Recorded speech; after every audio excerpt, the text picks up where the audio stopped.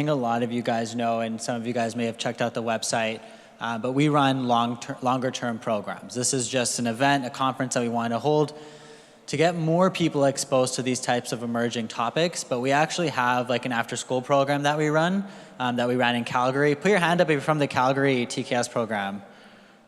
So we have like a couple of people flew from Calgary from the TKS program. Put your hand up if you're from the Toronto program. So you got a bunch of people from Toronto. And then we also had a San Francisco program, but this was a Canadian conference, so we only let Canadians come. So in our program, we go much, much deeper than what you're seeing today, much deeper, and we have a whole kind of process that we've built out to help students like yourselves go into areas that you're passionate about and really like build something meaningful out. So I wanted to invite a couple of students from TKS to share their experience for a couple minutes about what they're doing specifically, and then we're gonna have a short fireside chat or short panel. Cool? So first up, SHAAN. Yeah.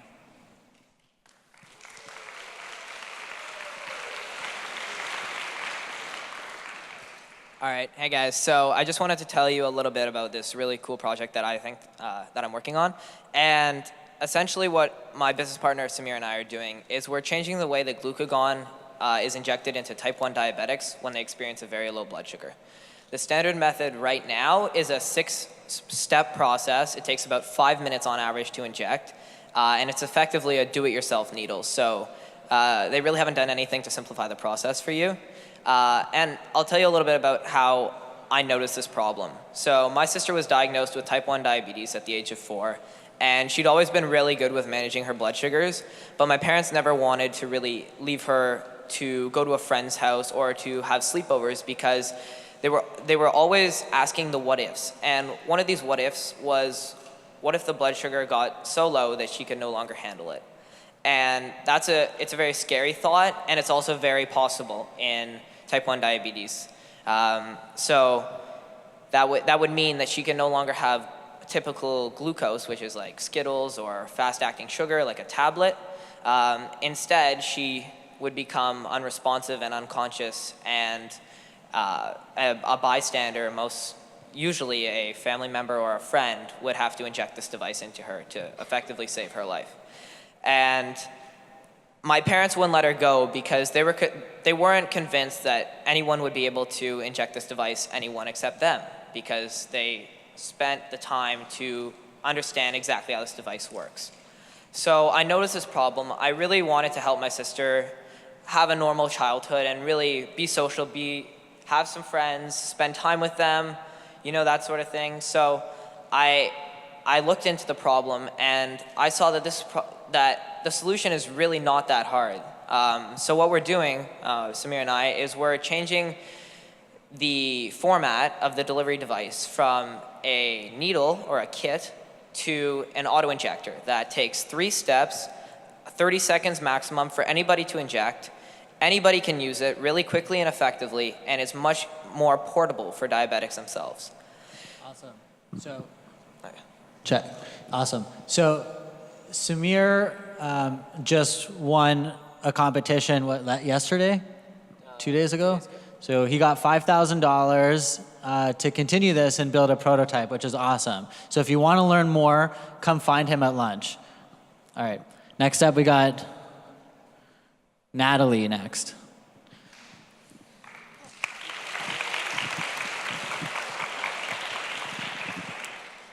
So, hi, my name's Natalie. Basically, I'm working on a project that involves aging and the molecular biology that's behind that.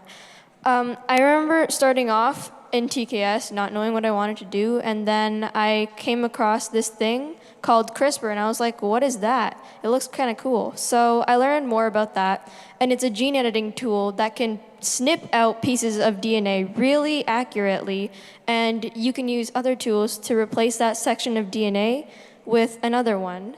So I thought that was really cool, and I remember reading some more about aging in a book about nutrition, and I just learned about this theory that scientists thought that it was because of harmful particles in the environment that people age, and these harmful particles I thought, well, they can't be the only thing. Because in other research done by other scientists, scientists and researchers say that it's because of this thing in your chromosomes called telomeres. And they regulate they keep your chromosomes safe and your DNA too. And each time your cell multiplies, they also shorten. So there was two theories that were conflicting, and I kind of wanted to see the end of this. I wanted to know, well, why do we age, and how can we like stop the diseases that come with aging and the illnesses that aging comes with too, and maybe even stop aging itself. So I did some more research, and now I'm really interested in aging. And there's this thing called shelterin, and it's a protein that protects your telomeres. And I was wondering, well, what if those harmful particles are damaging your telomeres? What if the damage caused by these particles is what's making us age? It's destroying our DNA and destroying our cells, which is destroying us. So as I went along in TKS, I met up with a bunch of people, and I talked to more experts on this subject, and I started going deeper into research. So right now, I'm researching more about how the structure of shelterin makes it susceptible to damage by these harmful particles in the environment called reactive oxygen species. And I think that's really cool because in the next 10 years or so, we're probably going to be coming up with new cures for all these diseases, especially in genomics, because with this new tool called CRISPR, we can do so much more. So I was doing some more research on how we can use this genome editing technology to stop aging, and a bunch of other cool projects, among one which is reviving the mastodon and things that could be used, practical applications in our real life. So that's basically what I'm doing now.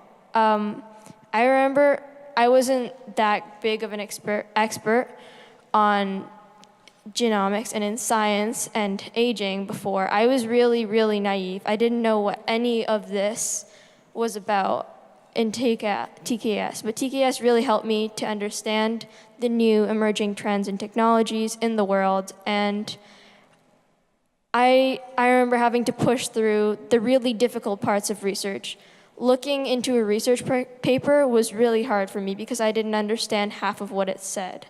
So just remember, if any of you are going through the same thing, you just need to push through and persevere and use your resources. So YouTube, Khan Academy, like the speakers before me have said, that the internet's full of resources, but the only person who can help you learn is you. So you should really try and push past the non-understanding phase.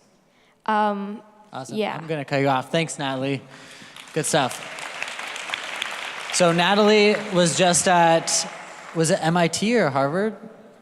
She was at Harvard like a couple weeks ago talking to different professors. She kind of skimmed over that really quickly, but she's talking to some of the leading kind of industry experts in the world on aging and using genomics to impact that field. So if you're interested in aging and CRISPR and genomics, talk to Natalie. All right, next up we got Sabarish. Hey, so I'm Sabarish, and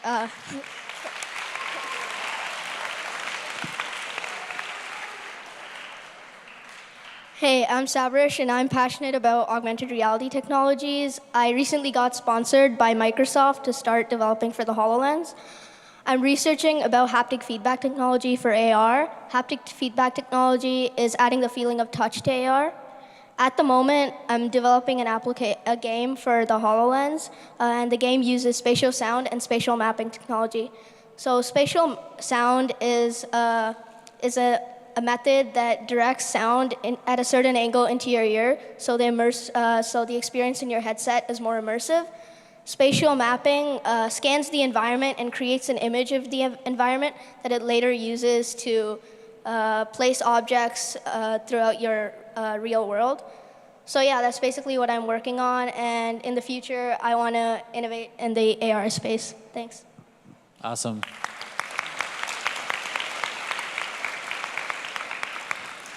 Ben, what are you up to? Hey everyone, I'm Ben. I'm working on non-invasive blood testing. So I first came to TKS around last October, and I was really interested in a bunch of cool topics like quantum mechanics and genetic engineering, but Naveed and Nadeem really pushed me to just find something I'm passionate about.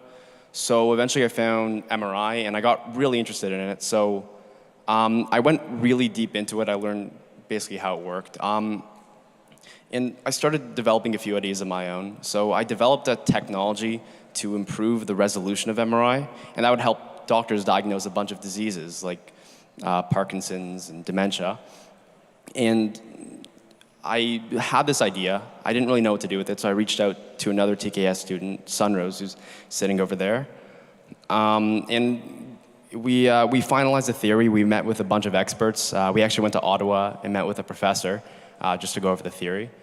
And we incorporated as Synex Medical in February this year.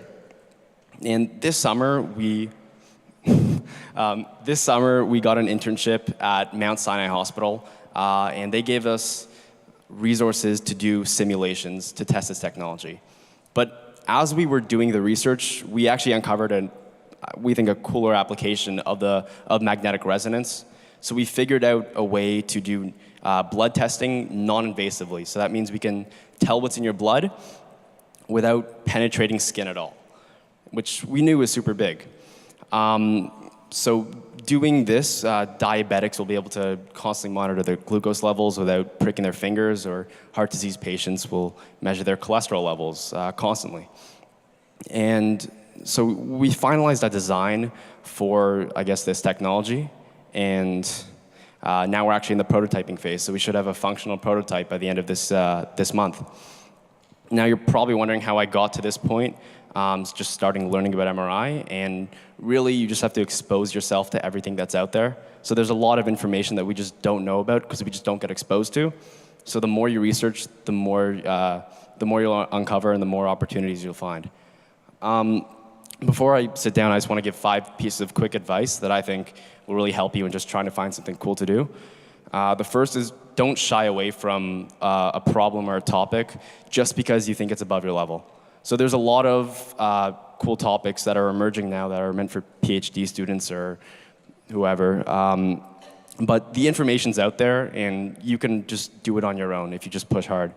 The 2 is just to push through that first hump of knowledge, which is when you first encounter a topic, it's going to be really intimidating, but just push through and you'll figure it out eventually. 3, just expose yourself to everything, like I said before. There's a lot of information out there, and the more you know, the more opportunities you'll find. 4, make use of experts. And this one I really want to stress because people have done these things before, and they've made a bunch of mistakes. So if you can talk to them, you can possibly avoid those mistakes. And last 5, have the mindset to expect failure with what you're doing. That'll get you just double check everything you do. Just make sure what you're working on is airtight. So thanks a lot. Awesome. Thanks, guys.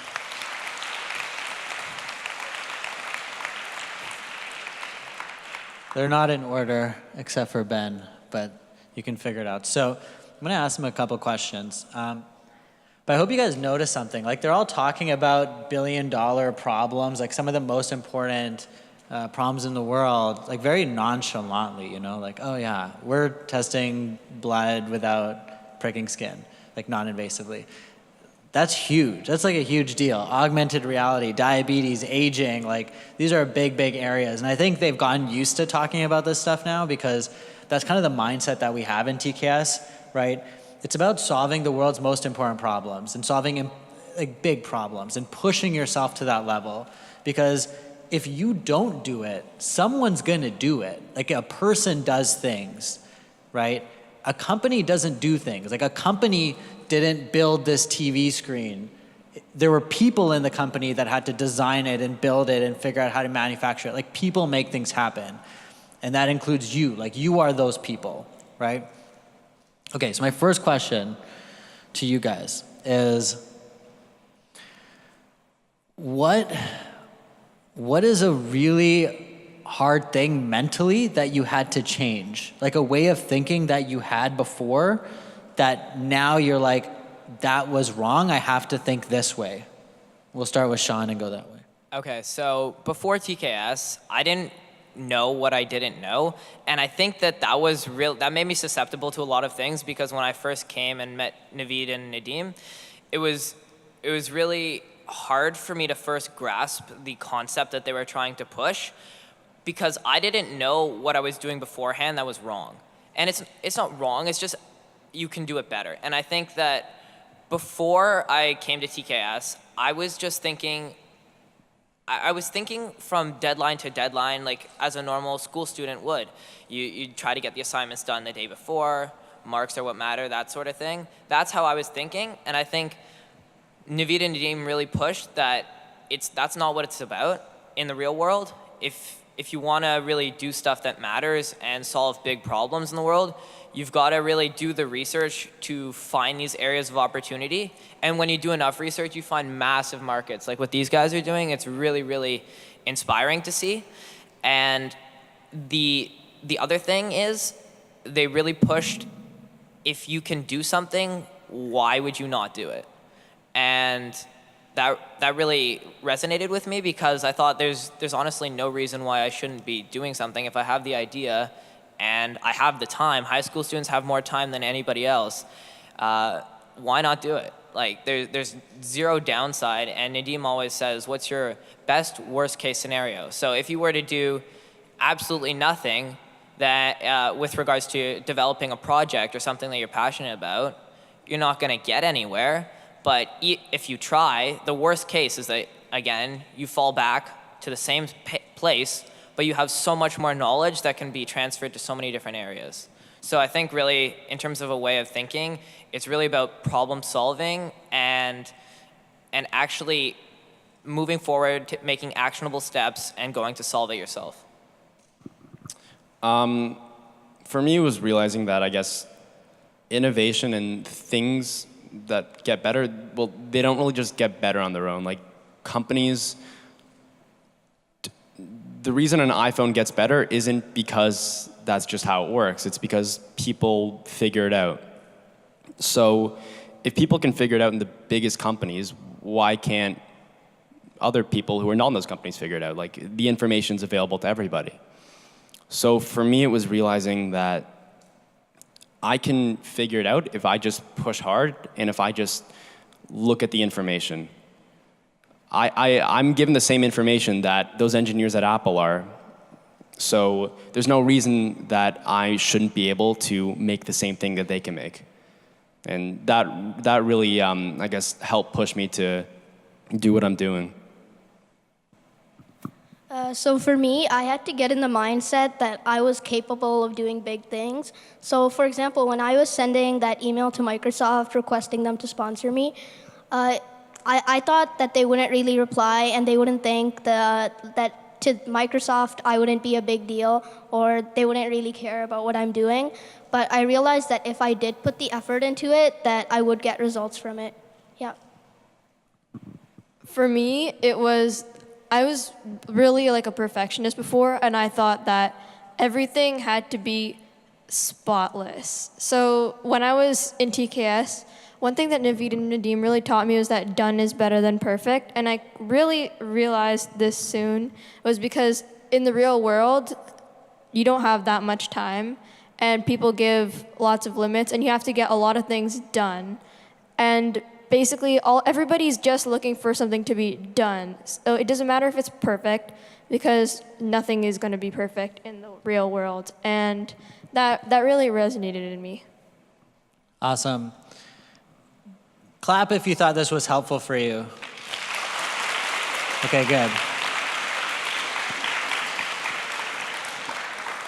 I hope, part of this was like, yeah, we wanted to get some amazing speakers to come talk to you, but I also thought it would be helpful to have people your own age talk to you about what they're doing, because the reality is, like, there is not that much of a difference between you guys and them, okay? Like, a year ago, they would have had, almost the same kind of thought process that you guys were having right now, just listening to them. And it's really this mindset shift and surrounding yourself with like-minded people. That's what TKS is really about. like they see each other every single week and they're talking to each other almost every day in our Slack group because we have a special TKS Slack group for the students in our actual program. And so they're always talking to each other, sharing information. You got like a small glimpse of that with the conference. But hopefully for the people that don't live in Toronto, go back to your hometowns and start doing this on your own, right? Find those like-minded people and start projects together and connect with people here so you can continue that network. And for the people in Toronto, talk to the TKS alumni and the TKS Toronto students and see if this is something that you want to be involved in and surround yourself with. Okay, so thank you for talking. Before you guys get up, I'm just going to keep you guys here. So there's two things that are happening right now. The first is Innovate Alley, okay? So Innovate Alley is this place right here, this alley. So you got a couple companies set up. There's some really cool VR stuff. There's some fintech with Wealthsimple. There's quantum computing booth set up. There's healthcare stuff with Emoji Health, like a lot of cool stuff. So check out Innovate Alley. At the very back, there's this big TKS backdrop with a camera. So if you want, you and your friends can get like nice pictures with the backdrop. Lunch is in the parking lot. There's food trucks set up. So in the Slack I mentioned, bring like $20 or something. I don't think you should use all the $20. It should be like $10 or something. But that's where lunch is. And then feel free to like hang out near the water, go to the beach, like roam in this area. Obviously, Just wait. So one last thing is that Chevrolet or GM brought in an electric vehicle that they have actually modified to be completely autonomous, and they've only made around 1,000 of them North America wide. So the one outside isn't, as near the food trucks, it isn't actually fully autonomous right now, but feel free to ask these people about the Chevrolet Bolt and the autonomous vehicles. It's fully electric as well, so there's a cool setup out there. Make sure you're mingling, make sure you're networking, eat up, and let's be back for 2.